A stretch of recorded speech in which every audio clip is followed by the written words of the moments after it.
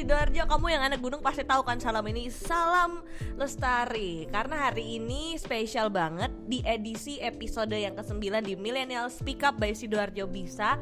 Aku mau ngajakin kamu untuk ngobrol-ngobrol sama anak gunung yang mana biasanya aku hindari karena punya trauma di masa lalu dengan anak gunung. Tapi nggak tahu ya, kira-kira anak gunung yang satu ini, beliau juga owner dari base camp gunung yang ada di Wage sama di Sukodono. Kemarin juga baru aja menang juara 1 lomba pitching di Sidoarjo Youth Fest 2.0. Mumpung lagi banyak duit, kita bisa ditraktir sama dia. Kita ngobrol-ngobrol ya sama Ki Hajar Prasetyo. Bener kan? Bener. Aha, Ki Hajar Prasetyo alias Mas Pras. Halo, Mbak. Halo, apa kabar Mas? Alhamdulillah baik. Alhamdulillah, selamat ya. Kemarin juara 1. Iya, alhamdulillah. Lomba pitching ya. Pitching. Mengalahkan berapa peserta Mas? Waduh. Kalau seleksi pertama itu ke seleksi pitching decknya itu hampir 80 peserta. Yang lolos hanya 12 finalis, masuk finalis. Oh, jadi langsung finalis ya? Ya, jadi seleksinya itu pitching decknya dulu. Jadi pitchingnya apa aja diseleksi, dari 80 peserta itu ke masuk final itu 12 peserta. Yang terus kedua 12 finalis ini baru presentasi. Lomba pitching tuh lomba apa ya baru? Lomba pitching itu lebih mengarah ke apa ya? Ke Bisnis, sebuah visi, kan? iya bisnis, Lebih visi ke misi. bisnis plan gitu bukan sih? Iya, Oh, iya, oke. bener. Dan ini di seluruh Sidoarjo. Iya. Dan dirimu berhasil mengalahkan teman-teman lain, peserta-peserta lain yang bisa dibilang juga udah punya bisnis lebih lama juga mungkin Iya, dari bener. Mas Pras ya. Aku manggilnya Mas Pras atau Mas Ki Hajar atau gimana Mas nih? Pras aja. Kenapa kalau Mas Ki Hajar? Ya, Kayak kalau- agak berat gitu ya Oh namanya. iya, terlalu berat. Kan soalnya namanya unik loh. Dulu memang mungkin aja dari keluarga pendidik mungkin atau enggak, apa. enggak, karena mungkin lahir saya kan pas 1 hari sebelum hari pendidikan kan, 1 Mei. Oh, gitu. Gitu. Oh, Taurus ya? Ah, yes, benar. Sama ya, aku juga Taurus nih. Pantas kita ngobrolnya nyambung, tapi kamu anak gunung sih. Aku agak trauma sama anak gunung. Loh. Bener gak sih anak gunung itu, cowok-cowok lebih tepatnya tuh ya, jiwanya emang adventurous gitu. Tapi kalau putus sama cewek tuh nggak gentle. Oh gitu. Galin gitu aja. Adventure di alam dan adventure di hati gitu Oh, maksudnya. beda ya? Atau sama? Satu kesamaan. Kesamaan. Udah berapa lama Mas jadi anak gunung sih? Kalau saya ngatakan sih saya bukan anak gunung, saya cuma penikmat saja Oh, gitu. penikmat. Ini baru beneran anak gunung, karena kalau yang kita tahu ya 5 tahun belakangan ini waktu masih inget nggak sih dulur-dulur ada program di TV nasional dan traveling sudah mulai makin ngangkat gitu kan ya, gaya hidup untuk traveling apalagi naik gunung gitu kan, banyak yang mentitlekan dirinya adalah hiker. Iya. Ya, suka hiking, anak gunung, penakluk puncak. Penakluk puncak loh, ditaklukkan loh ya. Tapi kalau anak gunung yang beneran itu pasti akan bilang, "Hai, saya hanya penikmat gunung." Kalau dikatakan kategori anak gunung itu terlalu berat ya, karena memang kalau kita berasumsi kita anak gunung tapi kita tidak bisa memberikan edukasi di zaman yang sekarang semuanya lagi suka-sukanya naik gunung, di kalangan usia apapun, usia berapapun lagi suka naik gunung. Lah, satu yang kurang adalah edukasi. Bagaimana keselamatan itu jarang diterapkan sama pendaki-pendaki yang baru-baru itu, yang istilahnya nyubi-nyubi kalau dikatakan itu. Lah, itu perannya mungkin yang berasumsi aku adalah anak gunung itu penting untuk bisa mengedukasi, memberikan sebuah pelatihan, itu juga penting. Emang yang dikatakan anak gunung itu apakah yang memang harus sampai ke puncak atau yang ya cukup bawa karier aja, cukup sekedar camping atau yang gimana sih kalau menurut Mas? Kalau puncak adalah bonus sebenarnya. Kalau kita ke gunung terus kita ke puncak dapat view yang luar biasa itu adalah bonus. Tapi yang penting adalah mungkin keselamatan ya. Bagaimana kita, nggak mungkin kan kita ke gunung dengan kondisi tiba-tiba badai, tapi kita tetap nekat ke puncak karena kita ngerasa aku harus tutup puncak gitu. Itu kan nanti larinya adalah keselamatan masing-masing kan. Nanti bisa cedera, celaka, bahkan pun kenapa nanti kan kita nggak tahu kan. Itu yang penting adalah keselamatan. Bagaimana kita bisa naik gunung bisa menikmati alam ya, menghirup udara yang di kota nggak ada, itu sudah cukup sangat luar biasa. Puncak Oke. adalah bonus gitu. Karena kan semua orang berlomba-lomba bisa foto di atas puncak berapa mdpl gitu kan ya, sama foto pasangannya. Nah, itu. Ya, it's such a romantic sih. Iya. Cuman kan akhirnya banyak orang berlomba-lomba, jadi kesannya kayak, wah aku udah naklukin.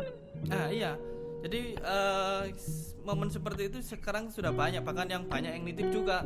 Kayak anak yang nggak mau ikut naik gunung, aku nitip bang tulisan ulang tahunku kayak gitu kan.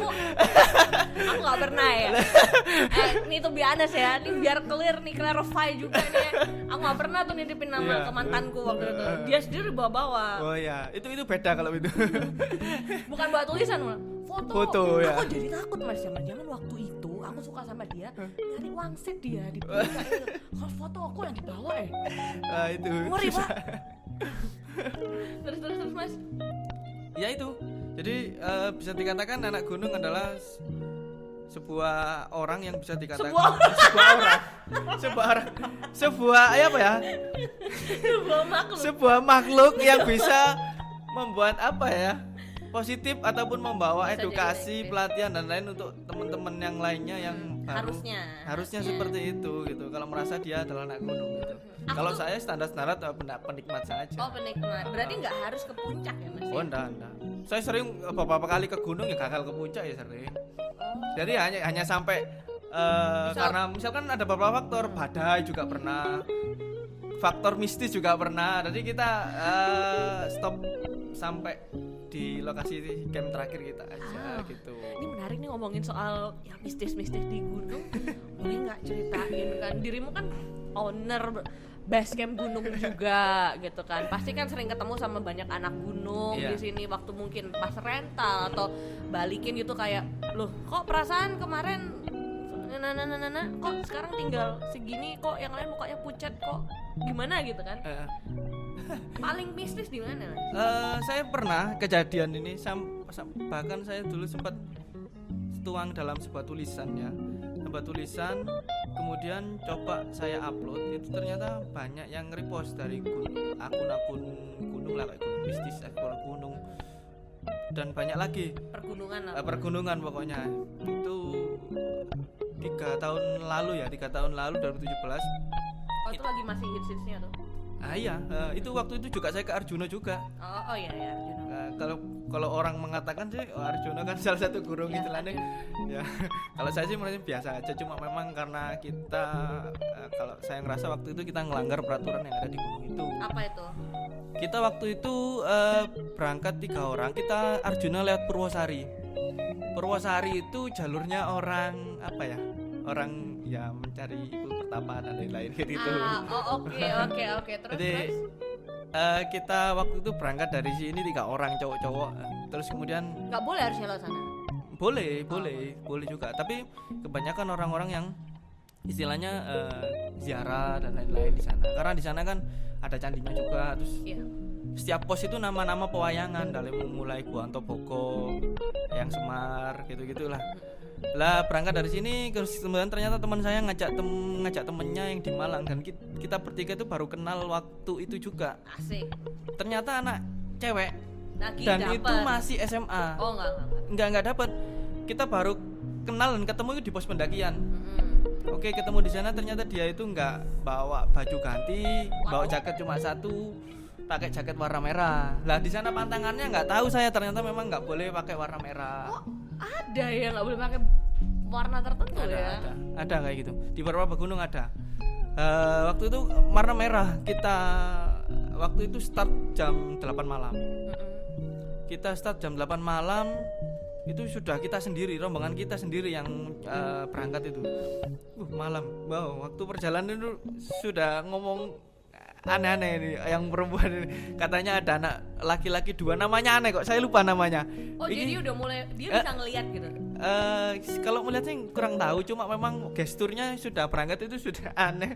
Jadi udah ngeliat lo Mas ono 2 anak, namanya siapa gitu, namanya nggak laju manusia kok pokoknya. Jadi waktu itu ya saya biarin aja. Ketika di pos 1 Guanto Boko itu dia baru pusing terus nyata cerita, nggak cerita sih, pusing. Kemudian kita lanjut di tengah jalan berhenti, dia ngomong, "Mas, aku mang dek gua atau boko ditemani kuntilanak warna merah gitu," sambil senyum-senyum dulu. Aku sih kalau aku gitu, wis gak usah lah, wis malam kita juga sendiri, guys, lanjut aja. Oke, lanjut kita waktu itu lanjut camp di pos 2 di apa namanya itu lupa saya. Di situ di pos 2, kemudian kita besoknya itu lanjut di Eyang Semar. Nah, di Eyang Semar ini terkenal sama petilasannya, sama orang-orang yang sering nginep di situ kan, berbulan-bulan juga ada. Kita di situ ada laki-laki tua, kita berangkat terus manggil yang cewek ini, "Mbak, sini." Ini orang beneran? Nah, itu saya nggak tahu. Oh, oke. Waktu itu kan turun kabut toh, hujan, musim hujan, turun kabut. Yang laki-laki orang tua ini manggil yang perempuan itu, tapi dalam bahasa Jawa, "Mbak, mriki lho," gini. Nah, kebetulan waktu dipanggil saya ikut di belakangnya. Kata kakeknya, berarti Mas sempat lihat iya orang yang manggil itu? Iya. Makhluk ya? Ya iya, manusia. Teman nggak tahu saya. Lah ketika manggil itu saya dimarahi, "Mas, aku nggak manggil sampean gitu istilahnya dalam bahasa Indonesia ya. Nggak manggil sampean, aku manggil cewek ini." Oh ya udah, saya mundur. Ya udah, ternyata dibilangi, "Mbak, kalau bisa di sini tuh jangan pakai warna merah. Di sini tuh pantangan gitu. Daripada nanti kenapa mending sampean ganti atau sampean tutupi gitu istilahnya." Oh gitu. Terus ceritanya itu baru sudah ngomong itu ke teman-teman, baru ngomong, "Lapo mau?" nggak bilang gitu. "Kenapa tadi?" Itu tadi cerita tadi. Oh ya wes, karena perempuan ini ngeyel banget, susah aturane tadi, karena dia nggak baju, tak pinjami gitu.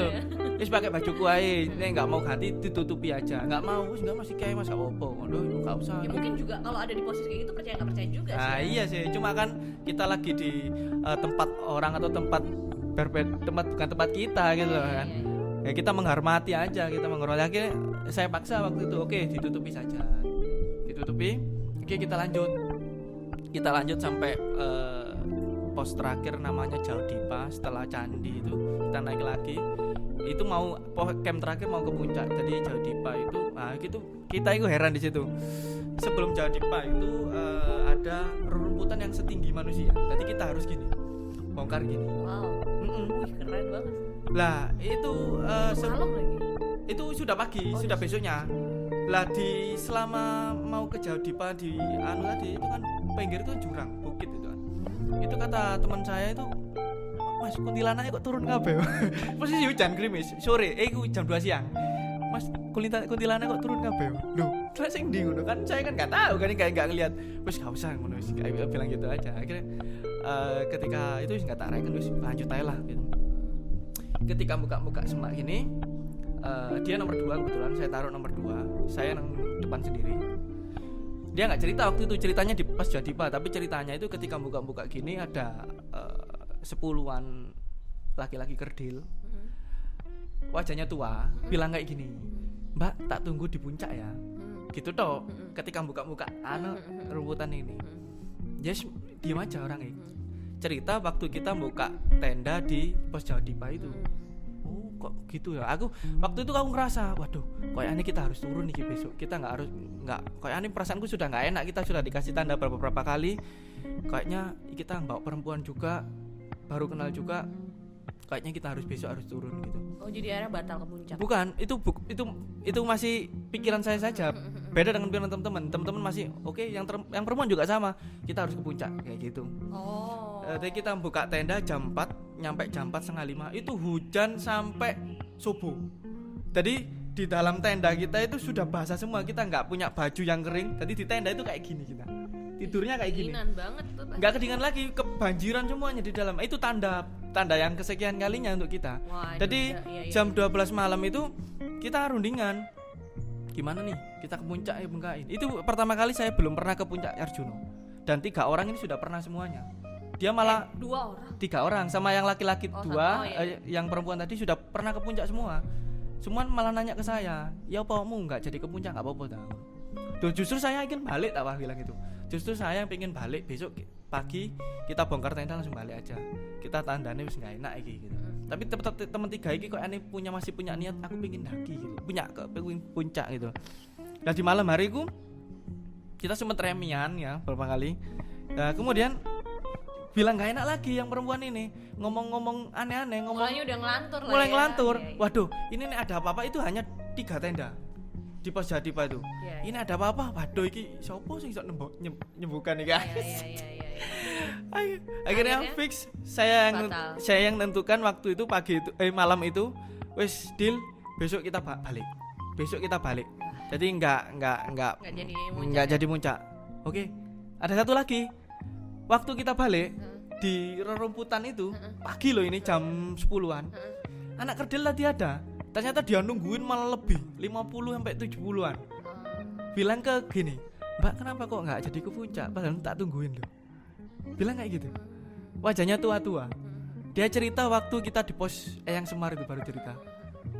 Tanda lagi kan. Oke, fix kita pulang.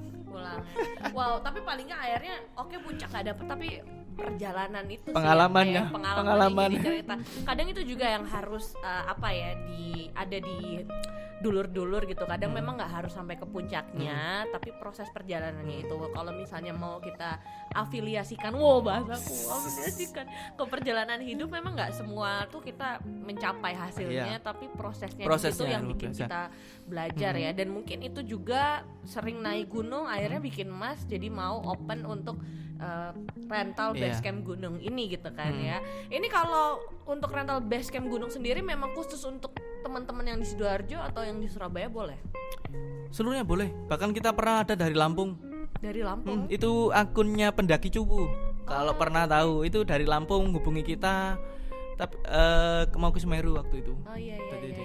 Oh gitu. Terus ini Instagramnya di mana Mas basecamp gunung ini? Instagramnya basecamp gunung. Oh Instagramnya basecamp gunung aja. Jadi kalau misalnya mau ngontak, mau rental apa aja yang disediain? Biasanya itinerary-nya apa aja? Seluruh alat outdoor ada di sini. Seluruhnya dari perintil-perintilannya, dari tenda, karier dan lain-lain, ada jaket, ada. Ini kalau ini produk sendiri. Jadi kita jual dan kita jus dulu dong. Oh, siap. Ini anggur merah. Makanya ceritanya enak kan dari tadi kan. Kayak los gak rewel. Jadi ini produknya kalian basecamp gunung ya? Produknya apa aja Mas? Kita baru buka yang mug ini saja. Dulu tas, cuma kita stop karena pandemi. Iya. Tadi kita stop. Itu kita jual, itu sudah laku semuanya. Akhirnya kita stop. Akhirnya masih sisa yang ini. Akhirnya karena pandemi saya sering alokasikan untuk teman-teman yang butuh sponsorship. Jadi kan sering-sering akun-akun pendaki itu membuat event butuh sponsor, biasanya hubungi saya, itu nanti tak kasih ini aja. Gitu. Emang biasanya kalau aku juga sering lihat ya, perhatiin basecamp gunung ini sering bikin event juga gitu kan? Iya, biasanya kalau kita bikin event itu nggak sendiri sih, kita sering kerjasama, terutama dengan komunitas filosofi ya. Filosofi Darjo. Iya, filosofi Darjo. Jadi pertama dulu kita di Delundung, acara camp ya. Terus kemudian acara-acara biasa kayak event-event pameran foto itu kita masukkan. Jadi nggak harus ke gunung yang tema konsep alam, enggak. Jadi kita ke pameran foto kita masukkan semuanya sebagai alat branding saja. Basecamp gunung support semuanya. Kalau ngomongin soal bisnis juga ya, sering support beberapa event, dan kalian bikin event tuh dapat untungnya dari mana ya? Karena kita beranjak dari awal titik nol ya. Kita dari titik nol. Sementara bukan keuntungan yang saya cari, tapi branding. Jadi lebih ke branding saja. Kita mau memperkenalkan ini loh adalah basecamp gunung. Karena selama ini kalau kita lihat dari agen persewaan dan itu sudah banyak sekali. Nah, kita harus berlomba di situ. Benar. Apa yang ngebedain basecamp gunung sama rental alat gunung yang lain? Karena kan kalau kita tahu ya paling alat ke gunung ya itu aja kan ya. Ya, jadi kalau bisa dikatakan dari basecamp gunung ini yang membuat kita menang kemarin juara 1 itu adalah kita berbeda. Kita berbeda dari segi pesaingnya kemarin dan berbeda dari rental outdoor yang lain gitu loh. Kita pengen yang beda. Kita nggak mau semuanya sudah banyak rental di sini tapi kita sama hanya menyewakan, itu nggak mau. Lah, bisa dikatakan kalau perbedaannya dari sini. Kita pertama ada beberapa unsur ya. Jadi nggak hanya persewaan. Tahun ini kita buka toko dengan konsep rooftop. Nah, kemudian kita buka travel juga tahun ini. Jadi menyediakan travel itu mungkin dari pendaki-pendaki luar kota atau luar provinsi yang mau ke gunung daerah-daerah sini bisa kontak kami. Nanti kita jemput di stasiun, kita antar ke pos pendakiannya. Seru banget gitu. karena kan banyak dari luar kota Surabaya atau luar Jawa Timur, apalagi kita berbangga di provinsi Jawa Timur nih, kita punya Mahameru, kita punya Arjuno, kita punya banyak Gunung Raung gitu-gitu. Bener, Ijen, banyak lah ya. Itu kadang banyak orang nggak tahu aksesnya ke sana kayak gimana. Iya, terutama orang-orang luar provinsi gitu masih bingung. Ini butuh dana berapa? Lewat apa? Naik apa itu? Nah, itu nanti kita menyediakan, jadi tinggal tunggu di stasiun, kita jemput. Wah, kita langsung. Ini baru seru. Jadi nggak cuma sekedar ngerentalin, tapi juga jasa sih yang dijual gitu kan ya. Nah, kalau ngomongin soal rental sebuah alat ala-ala di gunung gitu kan ya, yang paling memakan biaya untuk maintenance itu yang mana? Tenda sih. Tenda. Ya? Pernah nggak dapet customer ini udah bagus kan ya di belakang, tiba-tiba pas balik lah kok kotor kabeh, robek-robek. Kalau kotor sih saya bisa memaklumi ya, bisa dibersihkan. Tetapi kalau sudah robek itu susah. Nggak ada yang bisa, maksudnya servis jarang. Adapun ya harganya ya lebih baik beli baru gitu kan. Lah itu kadang di situ saya yang nggak enaknya di situ, disuruh ganti nggak enak, tetapi pemakaiannya maunya paling murah nggak bisa. Kalau makanya itu kembali ke edukasi ya, sepertinya teman-teman ini kalau tidak diedukasi itu sulit. Buka tenda, main di dalam tenda itu kadang ngawur. Kayak masak dalam tenda. Iya. Ada yang lah. Aduh. Aku ini nggak pernah ngecamp ya. Cuma nggak mungkin aku masuk di dalam. Loh saya itu. Aku justru malah cari kehangatan di dalam tenda. Lanjut. Gimana sih?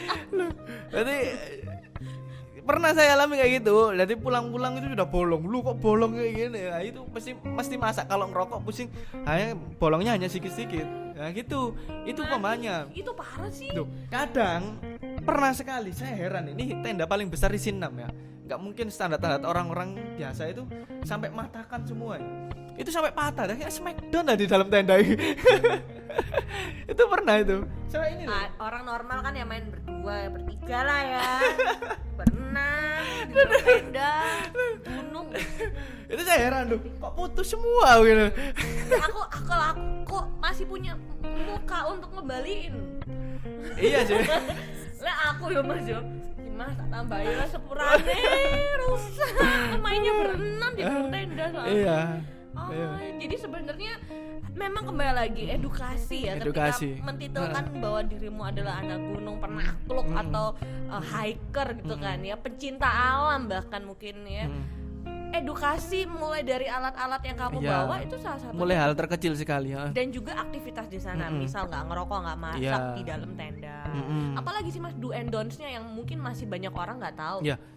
Ya kalau kita sambungan dari awal bicara kita tadi sama kayak teman saya yang perempuan ini, edukasi bagaimana kita harus persiapan prepare baik. Maksudnya prepare dengan dirinya sendiri, mulai dari baju gantinya, jaket dan lain-lain. Kemudian prepare kepada alatnya. Kita bisa menjaga alat dengan baik. Terus kemudian ketika di lokasi gunungnya kita bisa attitude-nya baik gitu kan. Jadi kita menjaga alam, nggak hanya sekedar kebutuhan foto, buat upload foto, IG gitu estetik, aja. gitu Itu kan, aja. Nggak cuma sekedar itu aja ya. Udah posting fotonya ya, terus ternyata ditinggalin gitu aja kan nggak baik kan kayak gitu. Habis nulis dibuang di sana. Itu sering terjadi. Itu masih ada. Vandalisme dan lain-lain masih banyak. Itu sekali. masih ada Mas. Masih ada sampai sekarang. Makanya itu peran-peran yang dikatakan anak gunung itu di situ sebenarnya. Ayo bersama-sama, yaitu edukasi teman-teman yang sekiranya baru lagi suka-sukanya hobi-hobinya naik gunung ini, baru kita harus edukasi di situ. Nah, harus edukasi di sana ya. Ada satu lagi nih yang mungkin menurut saya nggak setuju ya. Apa itu? Boleh kasih tahu. Saya sering melihat di Instagram yang viral sekali itu. ketika di gunung dengan view gunung. Ini kayak udah berasa di gunung ya kan, kedengeran ya. Bener ya kayak suara anginnya. Iya, dia terus dengan bangganya merokok, dengan bangganya main musik yang besar di volume dibesarkan. Itu kan salah satu edukasi ke Tenda sebelah. orang-orang baru gitu, nggak hanya tenda sebelah. Itu viral kemudian akan jadi contoh dengan orang-orang yang baru. Oh, ternyata di gunung boleh ngerokok ya. Ternyata di gunung boleh bawa speaker ya. Itu akan secara tidak langsung orang-orang yang baru ingin naik gunung itu akan tertular gitu lewat media sosial itu. Nah, itu sih peran anak gunung harus di situ. Iya. Jadi uploadan di Instagram itu harus kita jaga. Ya diusahakan lah ya, jangan sampai kita dengan bangganya merokok joget-joget terus diupload di Instagram terus viral.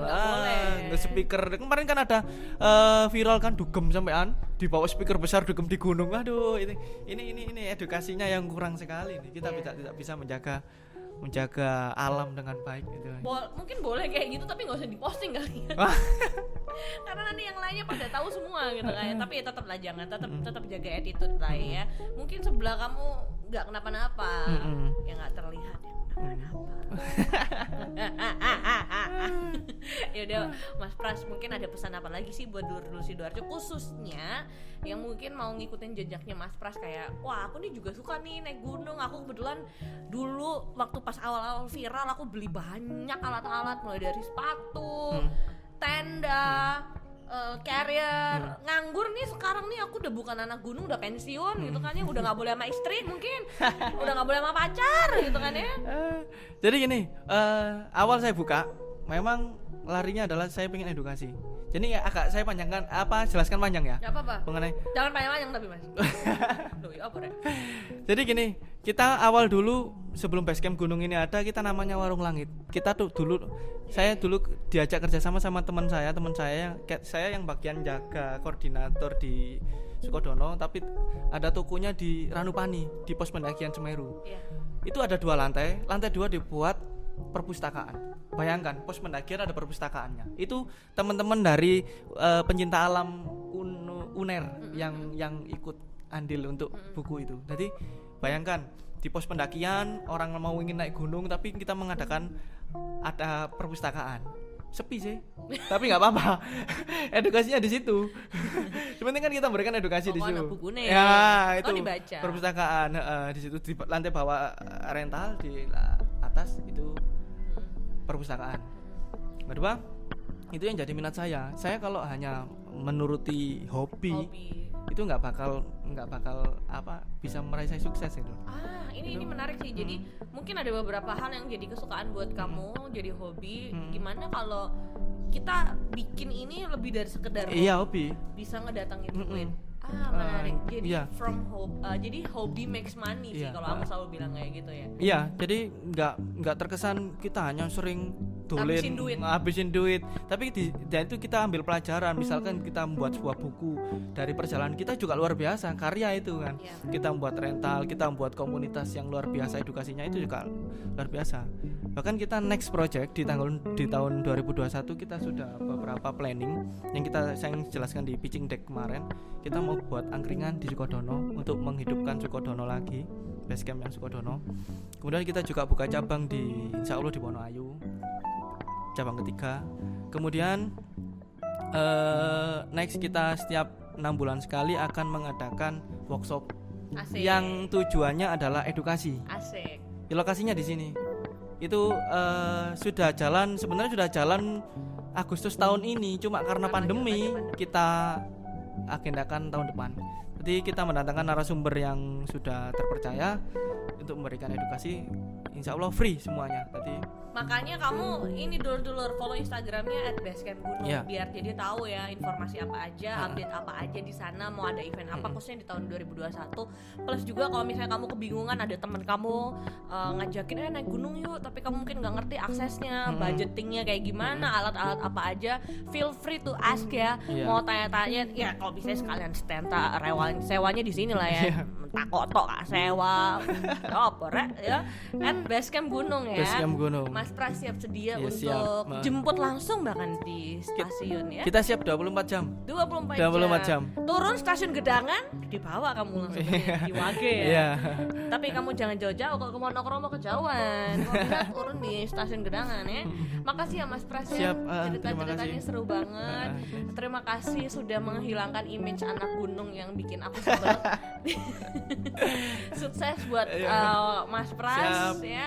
Buat Basecamp Gunung, semoga juga ini cepet cair ya hadiah pitching kemarin ya. Next ada lomba-lomba lagi. Iya. Semoga menang dan semakin Iya. menginspirasi dan salam Lestari. Kita punya salam sendiri loh. oh apa? Salam gunung. Oh, salam gunung. Iya. Kalau aku gitu Iya. Mas. Coba ayo. 1, 2, 3. Salam gunung. Ya. Gini loh Mas. Oh, gini. Gunung, gitu ya. Sampai ketemu di episode selanjutnya. Keep up to date on Instagram sidoarjobisa.id, Spotify, and YouTube kita di Sidoarjo Bisa. Bye bye. Cheers.